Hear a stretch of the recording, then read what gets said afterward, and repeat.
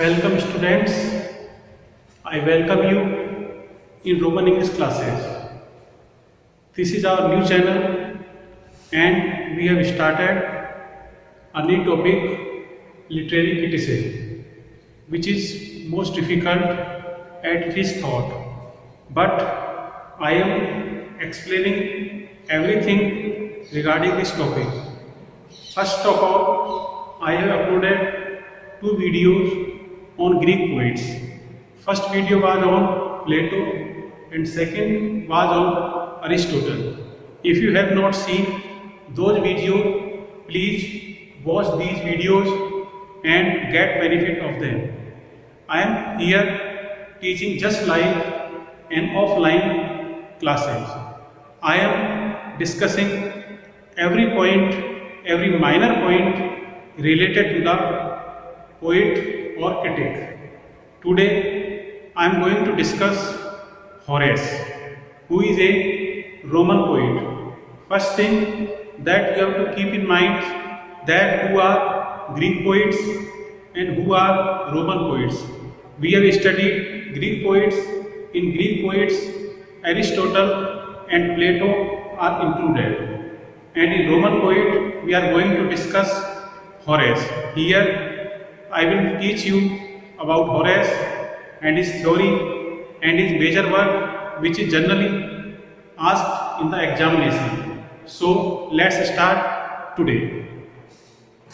First of all, that if you have not a notebook and a pen, please take it with you. It may be possible that the words may not be visible very clearly on the blackboard, but I will define you everything which I have written on the blackboard.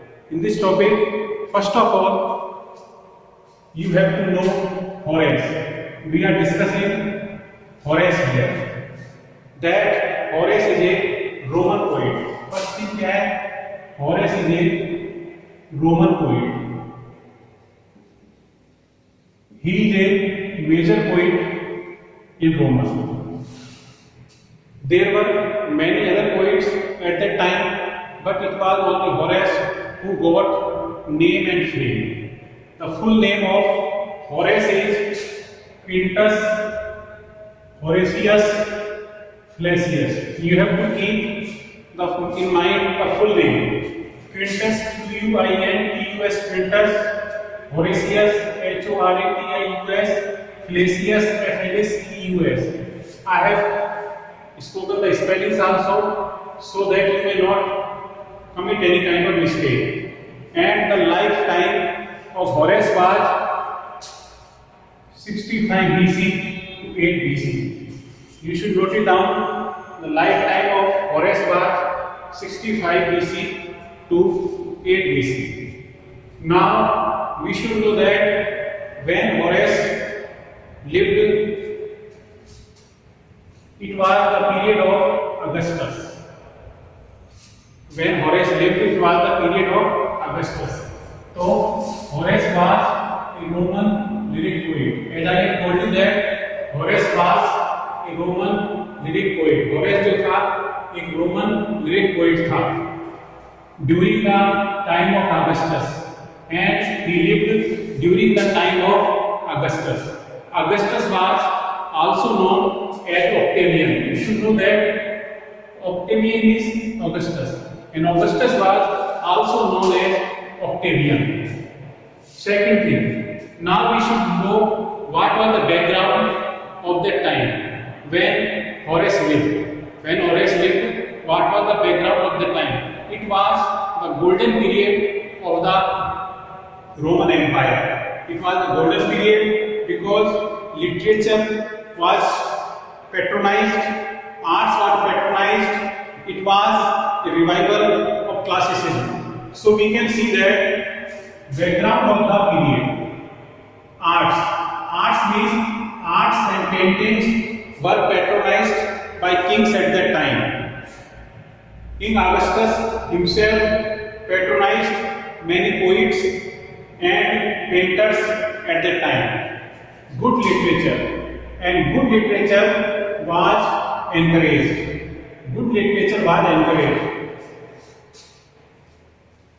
Greek masters. Third point is Greek masters were imitated. The poets in Roman Empire or Augustan period imitated Greek masters, and there was a revival of classicism. At that time, there was a revival of classicism. So भी हम तो समझ सकते हैं जिस समय Roman poet Horace रहा उस समय का पीरियड जो था वो गोल्डन पीरियड था, और इस पीरियड के अंदर जो लिटरेचर जो थी उसको काफी प्रमोट किया गया, पोइट्स को ऑनर दिया गया, उनको सम्मान दिया गया, और जो ग्रीक मास्टर जो थे उनको पोइट्स ने इमिटेट करना शुरू कर दिया। एंड इस समय जो क्लासिसिज्म थी उसका भी रिवाइवल हुआ। लोग मतलब क्लासिसिज्म को पसंद करने लगे और उन्हीं की तरह ही वर्क लिखने लगे। और तीसरी चीज क्या थी उस समय जब होरेस हुआ कुछ पोइटेस्टर भी थे। टर्म ध्यान रखनी है आपको, पोइटेस्टर्स। पोइटेस्टर जो थे, पोइटेस्टर कौन थे? They wrote inferior type of poetry. Poetaster जो थे इंफीरियर टाइप ऑफ पोएट्री जो थी उसको लिखा करते थे। इससे क्या होता था कि पब्लिक टेस्ट जो था वो काफी निम्न हो रहा था, लोग का मोरल जो था वो डाउन हो रहा था। लेकिन होरेस जब आया उसने बेहतरीन पोएट्री लिखी, और ये ध्यान रखना है आपको, पोइटेस्टर जो थे दे वर डिग्रेडिंग पब्लिक टेस्ट। ये क्या करते थे? जनता का टेस्ट जो था, लोगों का हित जो था, उनकी फीलिंग जो थी उसके साथ खिलवाड़ करते थे, बहुत भद्दे तरह की कॉमेडी लिखते थे, बहुत भद्दे तरह के सटायर लिखते थे। इस चीज का उस समय विरोध किया गया और आर्ट्स को, गुड लिटरेचर को प्रमोट किया गया। इसीलिए इसको गोल्डन पीरियड कहा जाता है रोमन एम्पायर का। Next thing, now we have to know major works. Major work कौन कौन से थे उसको आपको ध्यान में रखना है। एग्जाम पूछे जा सकते हैं मेजर वर्क्स, कोई भी आंसर लेकर पूछा जा सकता है। जैसे पहला है सटायर्स।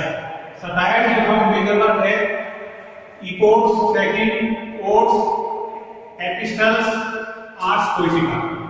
अब ये सटायर्स, इपोड्स, ओड्स और एपिस्टल्स, ये जो वर्क जो है ये एग्जाम में बहुत कम पूछे जाते हैं या पूछे नहीं जाते हैं। मेजर वर्क जो है होरेस का वो है आर्स पोएटिका। ध्यान रखना है, Ars Poetica is the major work of Horace. Ars Poetica means art of poetry. Art of poetry का मतलब क्या है? पोएट्री को कैसे लिखा जाता है। What should be the qualities of a poet? What should be the qualities of poetry? What should be the subject matter? What should a poet give to people? ये सब बातें होरेस ने काफी डिटेल से बताई हैं इसके अंदर, आर्ट्स पोएटिका के अंदर। आर्ट्स पोएटिका के अंदर होरेस ने काफी डिटेल से पोएट्री के बारे में चर्चा की है। पोएट कैसा होना चाहिए, उसकी क्या खूबी होनी चाहिए, क्या उसका सब्जेक्ट मैटर होना चाहिए, और पोएम जो लिखी जाए वो समाज के लिए कैसे हितकारी हो सकती है, समाज कैसे उससे बेनिफिट ले सकता है।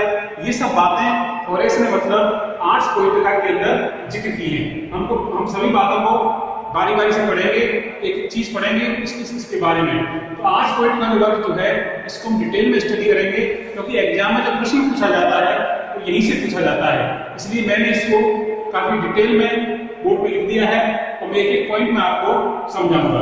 पहली बात तो ध्यान रखनी है कि आर्ट्स पोएटिका जो है it is divided into 3 parts. ये 3 भागों में बटी हुई है। कौन कौन से पार्ट्स हैं अपन देख सकते हैं। पहला है पोएसिस। पहला पार्ट क्या है? Poesis. First part is poesis. Poesis का मतलब क्या होता है पहले आप मीनिंग समझ लो, बाद में इसको डिटेल में डिस्कस करेंगे। पहला पार्ट है पोएसिस। पोएसिस का मतलब क्या होता है? Subject matter in poetry. Poetry के अंदर सब्जेक्ट मैटर होता है उसको क्या कहते हैं? पोएसिस। परीक्षा में मीनिंग पूछ सकते हैं व्हाट डज पोएसिस मीन। तो आपको ध्यान होना चाहिए, you should keep in mind that poesis means subject matter in poetry. Second term जो उसने यूज की है वो है poema. Poema means form. What should be the form of poetry. Poetry के अंदर कितने एक्ट होने चाहिए, कितनी लंबी होनी चाहिए, कितनी छोटी होनी चाहिए, ये सब बातें उसने पोइमा में की हैं। और थर्ड जो पार्ट जो है इसका वो है पोएटा। पोएटा के अंदर होरेस ने बताया है what makes a good poet. क्या चीज है जो पोएट को एक अच्छा पोएट बनाती है, उसके अंदर क्या क्या विशेषता होनी चाहिए, पोएट के अंदर क्या क्या खूबी होनी चाहिए, what should be the quality a poet should have, ये सब बातें उसने बहुत अच्छी तरह से इस तीसरे भाग में बताई है।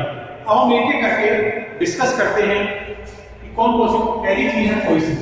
सबसे पहले हम पोइसिस की स्टडी करेंगे। पोइसिस का मैंने मतलब बताया था आपको, subject matter in poetry. Poetry के जो सब्जेक्ट मैटर होता है उसे पोइसिस कहते हैं। तो सबसे पहले जो बात करता है पोइसिस के अंदर, वो करता है process of recreation. A process of recreation, इसका मतलब पोइट्री जो है it is a process of recreation. मतलब जो जीवन में चल रहा है उसी को रिक्रिएट करना है, लाइफ को इमिटेट करना है। जो हम आसपास देख रहे हैं, जो आसपास हम वातावरण देख रहे हैं, उसी को हमें रिक्रिएट करना है। मतलब लाइफ को ही पुनः प्रस्तुत करना है। तो कहने का मतलब ये है कि प्रोसेस ऑफ रिक्रिएशन। पोइट्री कैसी होनी चाहिए? It should be process of recreation होनी चाहिए। Next thing, consistency is important. दूसरी बात करता है, अरिस्टोटल ने भी कंसिस्टेंसी की बात की थी और होरेस की कंसिस्टेंसी की बात करता है। कंसिस्टेंसी का मतलब एक जो कैरेक्टर जो है उसके अंदर चेंजेस नहीं आनी चाहिए, जो जैसा है वैसा ही होना चाहिए। अचानक चेंज आना, यदि अचानक चेंज आता है तो होरेस इसकी तरफदारी नहीं करता है, इसकी तरफ ध्यान नहीं देता है। वो कहता है कैरेक्टर के अंदर कंसिस्टेंसी का होना बहुत जरूरी है।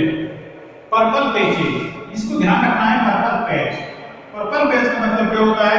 Brilliant passage, brilliant passage. Brilliant passage मतलब जो पोइट लिखे या पोइट्री लिखे उसके अंदर कुछ ऐसे पेसेज होने चाहिए जो ये बताएं कि पोइट कितना ब्रिलियंट है। ऐसे पेसेज होने चाहिए जो लोगों को आकर्षित करें, अपनी ओर आकर्षित करें, लोगों को कुछ सिखाएं, ऐसा मतलब होना चाहिए। पर्पल पेज का मतलब एग्जाम पूछ सकते हैं। पर्पल पेज का मतलब क्या होता है? ब्रिलियंट पेसेज होता है। लैंग्वेज ऑफ पोइट्री, होरेस जो है पोइट्री की लैंग्वेज की बात भी करता है। क्या करता है? पोइट्री की लैंग्वेज है उसकी बात भी वो कर रहा है। तो लैंग्वेज के बारे में क्या कहता है? Higher than common man. Poetry की लैंग्वेज जो है वो कॉमन मैन से ऊंची होनी चाहिए। पोइट्री की लैंग्वेज थोड़ी आर्टिफिशियल हो सकती है, ऐसी हो सकती है जिसमें इंटेलिजेंस की आवश्यकता हो। तो होरेस कह रहा है the language of the poetry should be higher than common man. जो कॉमन मैन के अंदर, जो कॉमन व्यक्ति जो लैंग्वेज बोलता है उससे थोड़ी पोइट्री की लैंग्वेज जो है वो थोड़ी हायर होनी चाहिए। वो पोइट्री एक एग्जांपल भी देता है होरेस। तो एग्जांपल क्या वो कहता है? Language is like a tree. Language जो है एक ट्री की तरह होता है। जिस तरह ट्री एक जगह रहता है वैसे लैंग्वेज भी एक जगह ही रहती है, लेकिन उसकी जो वर्ड्स, और वर्ड्स को भी क्या कहा है? लीव्स कहा है। तो लैंग्वेज में जो वर्ड्स होते हैं वो लीव्स की तरह होते हैं और these leaves can be changed. इनको मतलब कहने का मतलब है लैंग्वेज तो एक ही रहेगी लेकिन उसके वर्ड्स को हम चेंज कर सकते हैं। उसी तरह जिस तरह पत्तियों को हम चेंज कर सकते हैं, यही पोइट कहना चाहता है। तो पोइट ही कहना चाहता है कि मतलब जो लैंग्वेज जो होती है वो थोड़ी हायर होनी चाहिए कॉमन मैन से। ये बात ध्यान देने की कोशिश कर रहा है। और नेक्स्ट है पोइट्री शुड बी रीडेबल। लेकिन पोइट्री इतनी हार्ड भी नहीं होनी चाहिए कि लोग उसको पढ़ ना सकें, लोग उसको समझ ना सकें। इतनी जटिल नहीं होनी चाहिए कि लोगों को उस पोइट्री को पढ़ने के लिए किसी कंटेक्स्ट की आवश्यकता हो, किसी रेफरेंस की आवश्यकता हो। ऐसी लैंग्वेज होनी चाहिए। ऐसी लैंग्वेज जॉन डनलैप वाली लैंग्वेज नहीं होनी चाहिए। सॉरी, हॉपकिंस, जी हॉपकिंस वाली लैंग्वेज नहीं होनी चाहिए जिसको हम पढ़ते हैं तो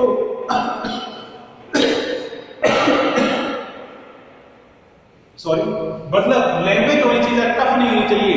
ऐसी नहीं होनी चाहिए जो हमारे सिर के अंदर हेडक पैदा करे, पेन करे। तो वो क्या कह रहा है? Poetry should B readable. Poetry ऐसी होनी चाहिए जिसको पढ़ सके। नेक्स्ट बात कर रहा है मोटिवेशन की। मोटिवेशन का मतलब क्या होता है? तो पोइट्री के जो वर्ड्स जो है, 2400 वर्ड जो है वो मॉडरेट होना चाहिए। मॉडरेट का मतलब ना तो ज्यादा हाई होना चाहिए ना ज्यादा लो होना चाहिए। मतलब मिडिल लेवल जो है, middle level should be adopted by writing a poetry. जब भी कोई पोइट लिखेगा तो उसे मिडिल लेवल जो है उसे अपनाना चाहिए। अब हमने समझ लिया, इसको समझा पोइसिस को। मैंने पोइसिस के अंदर बता दिया है कि क्या क्या बातें होनी चाहिए। पहली चीज दोबारा रिपीट कर रहा हूं, एक प्रोसेस ऑफ रिक्रिएशन होनी चाहिए, कंसिस्टेंसी होनी चाहिए, कैच होना चाहिए, और पोइट्री की लैंग्वेज जो है वो कॉमन मैन से हाई होनी चाहिए, और लैंग्वेज को सिर्फ ट्री कहा है और वर्ड्स को सिर्फ लीव्स कहा है जिनको चेंज कर सकते हैं। ये बात आपने पढ़ी। और अगली बात क्या कही, पोइट्री एडिशन होनी चाहिए जो रीडेबल हो, एंड ये भी कहा कि चॉइस ऑफ वर्ड्स की जब बात हो उसमें मॉडरेशन जो है, जो बैलेंस जो है, मिडिल पार्ट जो है वो शुड बी एडॉप्टेड, उसे अपनाना चाहिए। आपको मुझे लगता है कोशिश जो है वो समझ में आ गया होगा, कोशिश के अंदर होरेस क्या बात करना चाहता है। अब हम बात करते हैं पोइमा की। नेक्स्ट टर्म जो है जो आज पोएटिका में दी गई है उसका वो है पोइमा। पोइमा का मतलब होता है form. The form of poetry, poetry की फॉर्म कैसी होनी चाहिए, पोएट्री कितने लंबी होनी चाहिए, किस तरह वो डिवाइड होनी चाहिए, ये फॉर्म में आता है। तो पहले क्या कह रहा है वो words based on old family satires. पहली चीज तो फॉर्म की कह रहा है जो फॉर्म तो अपनानी चाहिए, मतलब सब्जेक्ट जो होनी चाहिए वो ओल्ड फैमिली सटायर होनी चाहिए, जो वही सब्जेक्ट लिए जाने चाहिए जिनके बारे में लोगों को पता है। ऐसे सब्जेक्ट नहीं लिए जाने चाहिए पोएट्री के अंदर जो मतलब नए हो या जिनके बारे में लोगों को पता ही नहीं है। तो familiar subject should be adopted by writing a poem और poetry. Not more than 5 words, ध्यान रखना है, ये पॉइंट इंपोर्टेंट पॉइंट है। नॉट मोर देन 5 वर्ड्स, एक अकॉर्डिंग टू होरेस के अनुसार एक पोएट्री जो है वो 5 एक्ट से ज्यादा नहीं होनी चाहिए, 5 एक्ट से ज्यादा पोएट्री नहीं होनी चाहिए। थर्ड बात, next thing, not more then 3 character, और वो कहता है पोएट्री के अंदर 3 कैरेक्टर्स जो हैं उससे ज्यादा नहीं होने चाहिए। समझाइए बात। तो 3 बातें उसने बताई इसके अंदर, पोइमा के अंदर क्या क्या बताई, based on old familiar satire, poetry should be based on old familiar satire. Second thing, a poem should not have more than 5 acts. Second thing, और third thing, a poem should not have more than 3 characters. एक poem के अंदर 3 characters से ज्यादा नहीं होने चाहिए। और next thing, last thing इसकी क्या है, God should be intervened when required. इसका मतलब क्या है, God should be introduced when required. जब जरूरत हो तभी God आएगा। मतलब कहने का मतलब है कि God की आवश्यकता है तभी गॉड को इंट्रोड्यूस करना। मतलब ऐसी सिचुएशन बन गई है, ऐसी परिस्थिति बन गई, ऐसी कंडीशंस आ गई है जो ह्यूमन बीइंग से सॉल्व नहीं हो सकती है। कोई ऐसी सिचुएशन आ जाए जिनको ह्यूमन बीइंग सॉल्व नहीं कर सकते, केवल गॉड ही या कोई अदृश्य शक्ति, इनविजिबल पावर उसको सॉल्व कर सकती है। तो ऐसे समय में ही गॉड को इंट्रोड्यूस करना चाहिए, अन्यथा गॉड को पोएम के अंदर इंट्रोड्यूस करने की कोई जरूरत नहीं है। और क्या मानना है, गॉड शुड बी इंट्रोड्यूस्ड और intervene when he should be required। जब उसकी जरूरत हो तो ही गॉड को इंट्रोड्यूस करना है, वरना गॉड को पोएम के अंदर इंट्रोड्यूस करने की कोई जरूरत नहीं है। Now we will discuss poeta. What is poeta? Poeta मैंने पहले बताया था, poeta mean what makes a good poet. What makes a good poet, poeta मतलब क्या होता है, क्या चीज है जो एक पोएट को अच्छा बनाती है, मतलब कौन कौन सी खूबी होनी चाहिए, what should be the qualities of a poet, एक पोएट की क्या क्वालिटी होनी चाहिए, ये सब बातें और इस बता रहा है। कौन से पार्ट में बताया है, पोएटा वाले पार्ट में बताएगा। पहली बात क्या कहता है वो, publish a poem after 10 years. वो कहता है कोई भी पोएम जो है लिखने के बाद 9 या 10 साल, 9 भी हो सकते हैं, 10, कई 9 दे रखा, कई 10 रखा है, आप 10 मान सकते हैं। तो publish a poem after 10 year, एक पोएम जो है उसको 10 साल बाद प्रकाशित करना चाहिए। ऐसा क्यों कहा, एक पोएम को 10 साल बाद प्रकाशित क्यों करना चाहिए, क्योंकि हो सकता है 10 साल के अंदर कुछ परिस्थितियां चेंज हो जाएं, कुछ सिचुएशन चेंज हो जाए, पोएट ने जो लिखा है हो सकता है उसके अंदर कोई इंप्रूवमेंट करना चाहता हो, कोई नई चीज देना चाहता हो, तो इसके लिए उसने मिनिमम पीरियड जो बताया है वो 10 इयर्स बताया है। तो अकॉर्डिंग टू होरेस, एक poem should be published after 10 years. Next thing, function of a poet is to teach and learn. ये इंपॉर्टेंट पॉइंट है, एग्जाम पूछा गया है, नेट एग्जाम पूछा गया है। What should be the function of